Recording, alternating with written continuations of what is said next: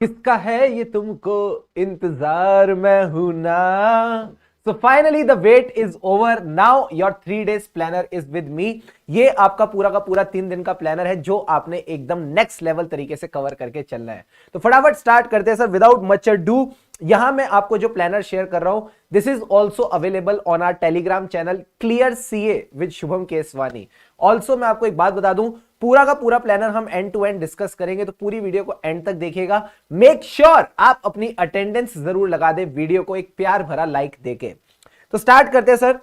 सबसे पहले मैं बात करूं डे 1 की, तो डे 1 की शुरुआत करेंगे उस टॉपिक के साथ जो आपको सबसे ज्यादा पसंद है और आपका फेवरेट है, that is professional ethics. Professional ethics आपका 4 घंटे में आराम से हो जाएगा, कोई दिक्कत की बात नहीं है। आपने इसको एकदम सिंक में लेके चलना है जैसे आपका पूरा चैप्टर है। पहले आप प्रोविजंस वाला पार्ट करेंगे जिसमें हम fundamental principles of code of ethics की बात करते हैं। फिर हम मोटे मोटे सेक्शंस कवर करते हैं जिसमें आपका सेक्शन 2 सब सेक्शन 2 क्लॉज 4 जो मैनेजमेंट कंसल्टेंसी सर्विसेज एक सीए इन प्रैक्टिस दे सकता है उसको आपने एक अच्छी रीडिंग देके चलनी है। बाकी सेक्शंस को भी आप अच्छे से रीड कर लीजिएगा ताकि उसमें से कोई एमसीक्यू आए तो आप अच्छे से डील कर पाए। साथ ही साथ वो जो एक सेक्शन 27 है कि अगर मेरी एक से ज्यादा ब्रांच है as a CA in practice तो क्या मुझे उस ब्रांच पे भी मेंबर ऑफ द इंस्टीट्यूट बिठाना पड़ेगा, उसकी 3 एक्सेप्शन, हिली एरियाज की एक्सेप्शन, इनको आप एकदम शानदार तरीके से कवर करेंगे। इसमें आपके लगभग 40 से 45 मिनट लगेंगे, उससे ज्यादा बिल्कुल नहीं। उसके साथ फिर आप बढ़ेंगे फर्स्ट शेड्यूल की तरफ। ठीक है, फर्स्ट शेड्यूल में मोटा माटी आप 1.5 घंटा लगा सकते हो, कोई दिक्कत की बात नहीं है। फर्स्ट शेड्यूल ही सबसे बड़ा शेड्यूल है, ये भी बता देता हूं।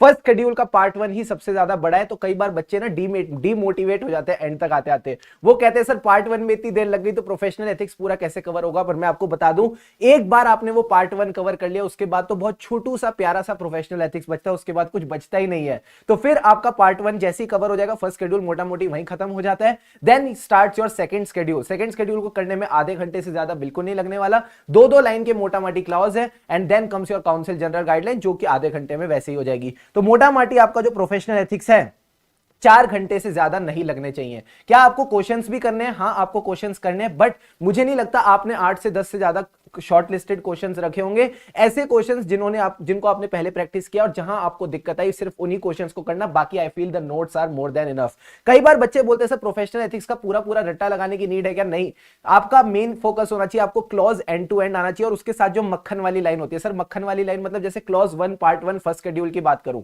वो बोलता है कि अगर मैं एक सीएन प्रैक्टिस हूं तो मेरे बिहाफ पे सिर्फ वही व्यक्ति प्रैक्टिस कर सकते हैं जो कि खुद सीएन प्रैक्टिस है and is in partnership with और एम्प्लॉयड बाय मी। तो आपने इसके नीचे एक लाइन लिखी होती है, this clause has been introduced to safeguard the interest of public from the unqualified accountants working in the wheel of, और क्या कह सकते हो, under the wheel of qualified accountants. तो वो जो एक शानदार वाली लाइन होती है ना क्लॉज के साथ साथ, उसको आप एकदम बढ़िया तरीके से रिवाइज करके चलते रहिएगा। That should be your focus areas. बाकी पॉइंट्स को आप बस रीड करके आगे बढ़ते जाओ for a quick faster and smart revision.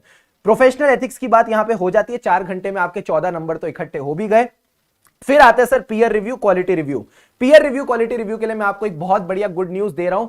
Latest updated revision of peer review and quality review will be available to you in the next 1 or 2 days। तो वो इसी चैनल शुभम केसवानी पे मिल जाएगी। So make sure you are subscribing the channel and pressing the bell icon ताकि आप updated रहें। ये रिवीजन हम 30-40 मिनट्स में पूरा का पूरा पीयर रिव्यू रिवाइज कर लेंगे। देन कम्स योर SQC1 और SA 220। जो SQC1 है और SA 220 है, इसमें आपका फोकस रहना चाहिए उन्हीं टॉपिक्स पे जिनको हमने क्लास में याद किया था थ्रू मेमोरी टेक्निक्स। इन्हीं पे आप फोकस करके चलेंगे। इसमें रिव्यू वाले पॉइंट्स आते हैं, कंप्लेंट्स एंड एलिगेशंस वाले पॉइंट्स आते हैं, विड्रॉल फ्रॉम एंगेजमेंट वाले पॉइंट्स आते हैं, एंड बस मोटा मोटी यही चीजें आती है। इंडिपेंडेंस के रिक्वायरमेंट्स के पॉइंट आते हैं। तो इन पे प्लीज एक बार अच्छे से फोकस करके चलना। इंस्टीट्यूट का one of the favourite areas है, इसको प्लीज इग्नोर मत करना। SA 220 में हमने बस एक चीज पे फोकस किया था सर, क्या कोई भी ऑडिट एक्सेप्ट करने से पहले हम उसकी सेकी देखेंगे। तो वो जो सेकी वाले पॉइंट्स, वो 4 पॉइंट्स आपने एक तरह से याद रखने हैं। बाकी SQC1 और SA 220 में ज्यादा अंतर नहीं है। याद है आपको एक बात सर, क्या बात? अगर एग्जाम में क्वेश्चन आता है और आप पता नहीं लगा पा रहे कि SA 220 आएगा या SQC1, तो आप दोनों लिख के आएंगे to be on the safer side. तो मोटा माटी 4:30 और 45 मिनट, इसमें आपके लगभग 20 से 25 नंबर तो यहीं इकट्ठे हो गए। इसके बाद आता है सर कंपनी ऑडिट।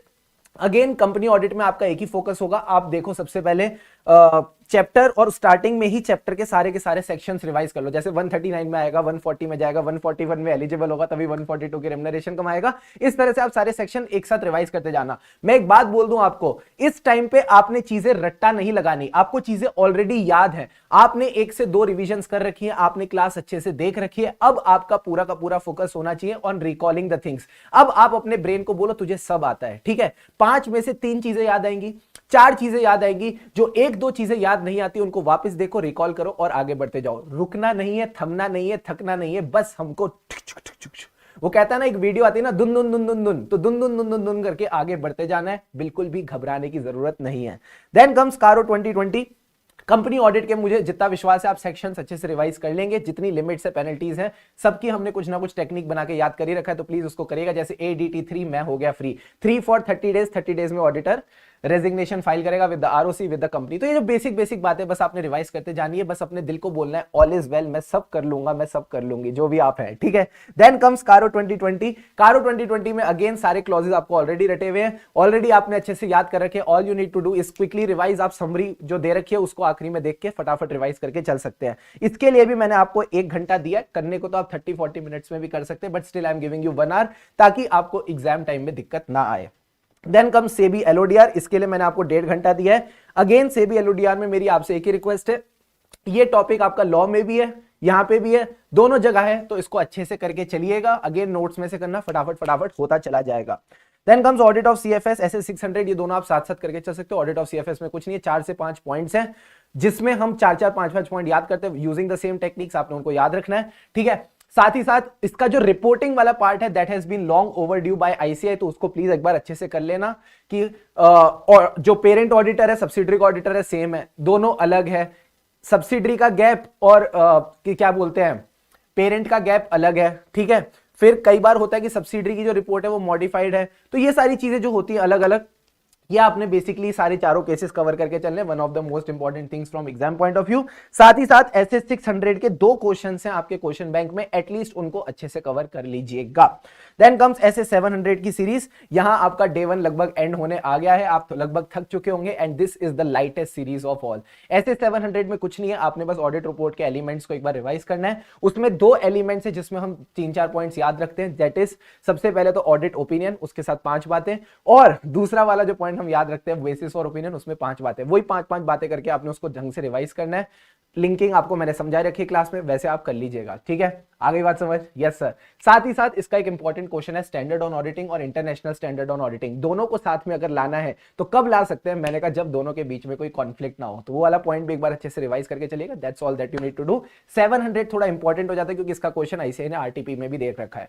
701 की audit matter, again I feel पूरा का पूरा 1 पेजर या 1.5 पेजर ऐसे अच्छे से रिवाइज कर लीजिएगा। उसका एक क्वेश्चन है इंफॉर्मेशन सिस्टम वाला, कि अगर कंपनी का इंफॉर्मेशन सिस्टम चेंज हो जाए, ERP चेंज हो जाए, तो ये तो फाइनेंशियल स्टेटमेंट का आइटम नहीं है। यस सर, वो फाइनेंशियल स्टेटमेंट का आइटम नहीं है, तो क्या वो भी की ऑडिट मैटर हो सकता है? The answer is yes. तो वो वाला एक अच्छा क्वेश्चन है आपका RTP MT वाला, प्लीज उसको रेफर करके चलिएगा। देखो, मैं जब आपको ये प्लानर बता रहा हूं ना, मेरा फोकस है कि आप इस प्लानर को इंप्लीमेंट कर पाए। मैं आपको एक अप्रोच दे रहा हूं कि उस अप्रोच के साथ अगर आप जाएंगे तो definitely it is possible.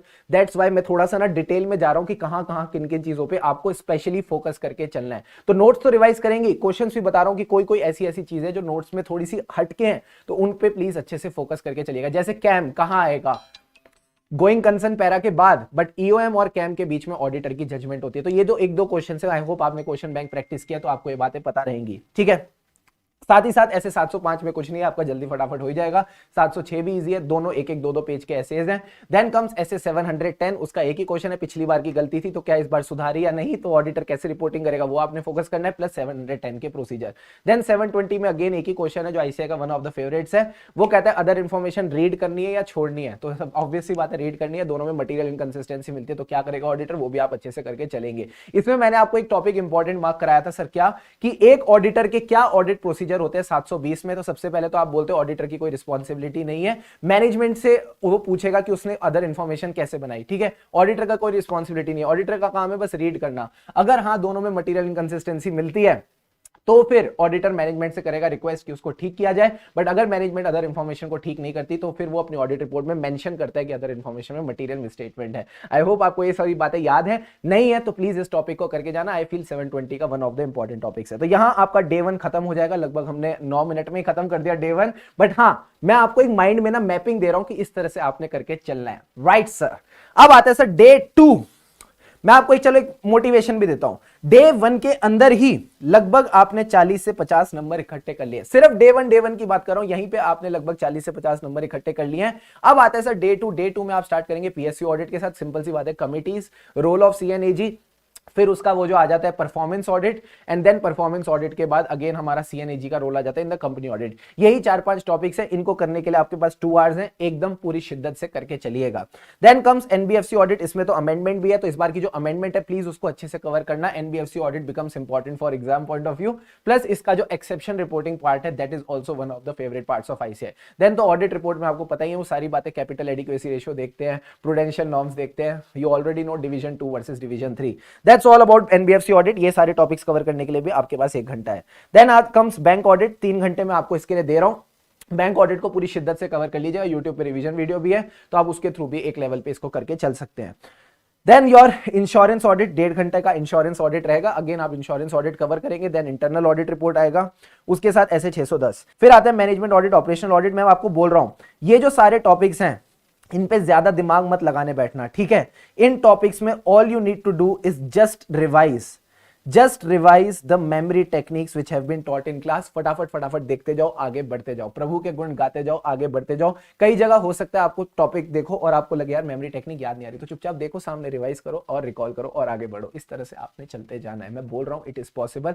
Plus यहां पे आपके साथ आप अकेले नहीं हो, यहां पे आप अकेले नहीं हो, आपका टीचर आपके साथ बैठा है, ठीक है। कहीं पे भी कोई डाउट आता है, टेलीग्राम पे आपके पास डाउट सपोर्ट ऑलवेज अवेलेबल है। तो कुछ भी रहो, कहीं पे भी दिक्कत है, always feel free to connect with me. Sir ये टॉपिक में मेरे को दिक्कत आ रही है, कैसे करना है, मैं बता दूंगा कैसे करना है, तो आपको टेंशन लेने की कोई नीड नहीं है।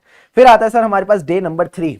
ये आपका छोटे मोटे एसेज वाला डे है। 200 की सीरीज, छोटी बच्चों वाली सीरीज है। आप ऑलरेडी इंटर में अच्छे से कर चुके हो फाइनल लेवल पे। जो इसके शानदार वाले क्वेश्चंस थे आरटीपी वाले, वो मैंने ऑलरेडी 2-3 दिन पहले आरटीपी की नवंबर 22 और मई 22 की वीडियो डाली है, प्लीज उसको देख लेना। मैंने एकदम बेस्ट क्लास क्वेश्चंस उसमें आपको करवाए हैं। साथ ही साथ इन एसेस को भी आपने नोट्स में से रिवाइज करना है। जो मेमोरी टेक्निक्स क्लास में बताइए बस उनको रिवाइज करके चलना, और कुछ मेहनत करने की जरूरत नहीं है। देन कम्स ऐसे 315, 330, 320 और चैप्टर 3। अगेन 320 पिछली बार पूछा था, तो आप समझ जाओ, ठीक है। वो आप अपने हिसाब से देख के चल सकते हो। चैप्टर 3 और चैप्टर 2 में जनरली एक क्वेश्चन आता है। पिछली बार चैप्टर 2 से आया था, तो अगेन समझ जाओ। फिर आता है sir automated environment, one of the favourite chapters of ICAI. ऐसा प्यारा सा चैप्टर है, 40 मिनट की यूट्यूब पे रिवीजन भी है, तो मुझे नहीं लगता खुद भी रिवाइज करने में आपको 30 मिनट 45 मिनट से ज्यादा लगेंगे। 1 घंटा दिया, चुपचाप कर लेना, ठीक है, कोई चूचा नहीं करेगा। Last point is tax audit. Again all the clauses have been already learned in the class के साथ साथ याद कर रखे हैं। फिर भी मैंने आपको 1.5 घंटा दिया है। 1.5 घंटे में all your focus should be on remembering the turnover calculation, की टर्नओवर कैसे कैलकुलेट की जाती है, ठीक है, उसमें क्या ऐड होता है, क्या लेस होता है। फिर आपने एक एक क्लॉज को बस देखते जाना है, रिमेंबर करते जाना है कि इस क्लॉज में क्या क्या आता था। फिर उसका रिपोर्टिंग वाला पार्ट रीड करना है, रिकॉल करना है, रिवाइज करना है, आगे बढ़ना है। ये पूरी एक्सरसाइज में 1.5 घंटे से ज्यादा नहीं लगेगा। अगर आपको लगता है कि इसमें टाइम लग रहा है, मैंने लास्ट में रखा है। 5 नंबर से ज्यादा का सवाल आता नहीं है, आपकी मर्जी है, इसके हिसाब से आप जो चाहो वैसे कर सकते हो, अगर आपका बाकी के पार्ट्स अच्छे से हो चुके हैं। सो यहां आपका 3 डेज का मैंने प्लानर बनाया है। 14 घंटे, 13 घंटे, लगभग पौने 12 घंटे, इस तरह से आपके 3 दिन रहेंगे। कोई ज्यादा स्ट्रेस लेने वाली बात नहीं है। अब तो मुझे लगता है इतने घंटे पढ़ने में कोई दिक्कत आनी भी नहीं चाहिए। बाकी का पूरा दिन आपके पास है, आप सोइए, खाइए, पीजिए, मौज कीजिए। और कैसे हम ये सारे टारगेट्स अचीव करेंगे, इसके लिए मैंने आपको टिप्स भी दिए हैं। देखो, सबसे पहले मजा आ जाएगा, मैं फ्रैंकली बोल रहा हूं। जब आप इन 3 दिनों में सारे टॉपिक्स एकदम रिवाइज कर लोगे ना, you will feel good. It will actually be a fun learning experience for you. तो एकदम मजे में खुशी खुशी पढ़ते जाना। सबसे ज्यादा बड़ी गलती जो बच्चे जनरली करते हैं, वो ऑडिट में ना क्या करते हैं ना, बस रीड करते जाते हैं। हा रीड करा मजा आया, हा रीड करा मजा आया, लड्डू मजा आया। ऐसे थोड़ी मजा आता है। मजा आता है टॉपिक देखो, रिकॉल करो, अपने दिमाग के घोड़ों को थोड़ा दौड़ाओ। घर पे दौड़ाओगे तो एग्जाम में दौड़ेंगे। तभी मैं कहता हूं यूट्यूब पे ज्यादा रिवीजन वीडियोस नहीं देखनी, ठीक है। कहीं कोई दिक्कत आ रही है तो देखो, but all your focus right now should be on self revision. तो जितना रिवाइज करोगे, जितना रिकॉल खुद करोगे, उतना ज्यादा आपको सेटिस्फेक्शन मिलेगी। कहीं पे भी कोई दिक्कत आती है, फिर से उसको रिवाइज करो, फिर से उसको रीड करो, फिर से उसको रिकॉल करो और चुपचाप आगे बढ़ो। अटकना नहीं है, भटकना नहीं है। एंड कई बार बच्चे बोलते sir last day revision question दे दो, ऐसा होता ही नहीं है कुछ, ठीक है, ऐसा कुछ नहीं होता। हर बच्चे के लिए अलग लास्ट डे रिवीजन होते हैं। सर ऐसा क्यों? क्योंकि जो मुझे टफ लगता है हो सकता है आपको ना लगे, जो आपको टफ लगता है वो चुन्नू का ना लगे, और जो टफ चुन्नू को लगता है हो सकता है वो मुन्नू को ना लगे। तो चुन्नू मुन्नू आपका और मेरा सिर्फ एक ही काम था कि पिछली रिविजन्स में जब हमने क्वेश्चंस प्रैक्टिस करे तो जो क्वेश्चंस हमसे नहीं हुए, even after covering the notes, जहां पे हमको दिक्कतें आई उनको अब हमको रिवाइज करके चलना है। तो वो आपके अलग, मेरे अलग और सबके अलग अलग हो सकते हैं। Last points which I feel you should focus on for better productivity are these points. ये पॉइंट्स आप सिर्फ ऑडिट में नहीं, मैं कहता हूं सारे सब्जेक्ट्स में इंप्लीमेंट करिए, सारे टारगेट्स पूरे हो जाएंगे। कल जो मैंने पढ़ना है उसका प्लान मैं आज रात को बना के सोऊंगा। मैं नींद की झपकी लेने से पहले कल जो मैंने सुबह पढ़ना है उसका प्लान बना के सोऊंगा, ताकि मुझे पता रहे चुपचाप शुभम केसवानी तुमने 7 बजे उठ जाना है, 6 बजे उठ जाना है और अपने प्लान पे लग जाना है। Second thing, sleep on time, then only you wake up on time. कई बच्चे कहते हैं नींद आ रही है, क्योंकि तुम बेवकूफ सोए ही नहीं। तुम सोगे नहीं तो नींद ही आएगी। जब सोना था तब तुमको नींद, तब तुम पढ़ाई की टेंशन ले रहे थे। जब पढ़ना था अब तुमको नींद आ रही है। टू मच फन, ठीक है। आप नींद के पीछे नींद, पढ़ाई के पीछे पढ़ाई, नींद के पीछे चल क्या रहा है गेम। तो चुपचाप जिस समय पे जो चीज करनी है वो करते चलो, आगे बढ़ते चलो। Next point is divide your day into 4 study slots. I hope अब तक तो आपको ये सारी चीजें क्लियर हो गई होंगी। ब्रेकफास्ट से पहले, ब्रेकफास्ट के बाद, लंच से पहले, लंच के बाद, और फिर आपके इवनिंग स्नैक्स के बाद, जो भी आपका टाइम रहते हैं। बेसिकली आपका पूरा फोकस आज की डेट में पढ़ाई पे ही होना चाहिए। आपकी एक ही प्रायोरिटी है पढ़ाई, उसके बीच में खाना पीना, नहाना धोना, ये सब चल सकता है। Then comes keep a water bottle by your side, because गर्मी के दिन है, hydration is very very important. तो मैं नहीं चाहता कि पानी की कमी की वजह से आपको हॉस्पिटल में भर्ती कराना पड़े। सो बेटर है घर पे चुपचाप पानी पीते रहो। मैं भी अपनी वाटर बॉटल साथ रखता हूँ, my water bottle my bottle, ठीक है। तो आप भी अपनी बॉटल साथ में रखो, जब भी आपको पानी की कमी लगे पानी के 2 घूंट लगाओ और आगे बढ़ते जाओ। Last point and one of the most important things is, कई बार सपोज मान लो, एग्जांपल देता हूं, मैंने टारगेट लिया कि मुझे पीएसयू ऑडिट करना है 2 घंटे में। अब ये मान लो पीएसयू ऑडिट है 10 पेज का, ठीक है सर। मेरे 5 पेज हो गए, मजा आ गया, तुरंत तुरंत तुम तारा राम, मजा आ गया, ठीक है। 5 पेज के बाद मैं 5 मिनट का ब्रेक ले सकता हूं, ये लाजमी है, ठीक है। सपोज मेरे 5 पेज करने में मुझे 40 से 50 मिनट लग गए, 55 मिनट लग गए, मैंने 5 मिनट का ब्रेक ले लिया। अब 5 मिनट के ब्रेक में मैं क्या करूंगा, मैं थोड़ी ब्रीदिंग एक्सरसाइज कर सकता हूं। कुछ मेहनत करने की जरूरत नहीं है, सब चुपचाप जहां बैठे हो वहां पे आंखें बंद करो और just breathe in, breathe out and relax. ये सारी चीजें करोगे तो इससे आपको री एनर्जाइजेशन हो जाएगी। आप पानी पियोगे तो वापस आपकी बॉडी का टेम्परेचर ठीक हो जाएगा और वापस आप अपनी पढ़ाई को कंटिन्यू कर सकते हो। यही छोटे छोटे हैक्स आपने अपनाते रहने हैं। कई बार आप रिवीजन जब कर रहे हो तो बैठे बैठे भी करने की जरूरत नहीं है। ऑडिट है, खड़े होकर चलते चलते भी रिवाइज कर सकते हो। हेडिंग देखी, रिवाइज किया, हेडिंग देखी, रिकॉल किया, यही आपने करते जाना है एंड ट्रस्ट मी, हो जाएगा। सो या just keep these things in mind. 2-3 minute की वॉक लेते लेते आप बालकनी और टेरेस में भी रिवाइज कर सकते हो। And last tip and the pro tip, जिसपे आपने कहीं ना कहीं फोकस करके चलना है, इधर देखो इधर देखो इधर देखो बदमाश, हाँ, डू अटेम्प्ट MTP2। ये सर MTP2 किसका? ICIG का, जिसका आप पेपर देने जाने हैं। Strategically on the 3rd day. Sir strategically का क्या मतलब है? चुपचाप 35 मिनट्स का टाइमर लगा लेना। उस 35 मिनट्स में आपने सारे MCQs फिनिश करने हैं, ठीक है, ये पहली चीज। उसके बाद जितने भी प्रैक्टिकल क्वेश्चंस हैं उनके आपने आंसर्स को स्क्रिबल करना है। पूरे पूरे आंसर्स लिखने मत बैठना, स्क्रिबल करना। सर स्क्रिबल का क्या मतलब है? सपोज ऐसे का क्वेश्चन है तो ऐसे का नाम लिखा, नंबर लिखा, बस इतना किया। उसके बाद अगर उसके 5 पॉइंट है तो 1 2 3 4 5 करके फटाफट फटाफट थोड़े थोड़े पॉइंट स्क्रिबल कर लिए। इस तरह से आप पूरा पेपर अटेम्प्ट करेंगे। 3 घंटे देने की जरूरत नहीं है।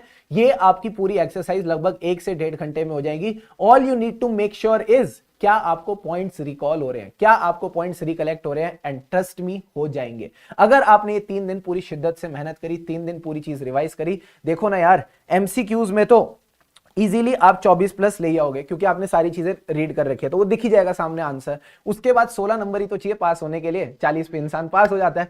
तो कंफर्ट लो 40 का, टारगेट करो 60+ एंड आपको इस पेपर में शानदार नंबर से पास होने से कोई नहीं रोक सकता। So I hope you enjoyed the video. Planner जैसे मैंने बताया telegram channel clear CA with Shubham Keswani पे अवेलेबल है, तो आप वहां जाके देख सकते हैं। वीडियो अच्छी लगी हो तो do give it a like and yes, stay subscribe for more such videos. और बिल्कुल टेंशन लेने की जरूरत नहीं है, मजे से पढ़ते जाओ, आगे बढ़ते जाओ, क्योंकि खुशी से पढ़ेंगे तभी आगे बढ़ेंगे। Wish you the best. और हाँ, एक कमिटमेंट कर देना कि मैं 3 डेज में ऑडिट में धूम मचा दूंगा, ठीक है? All the best.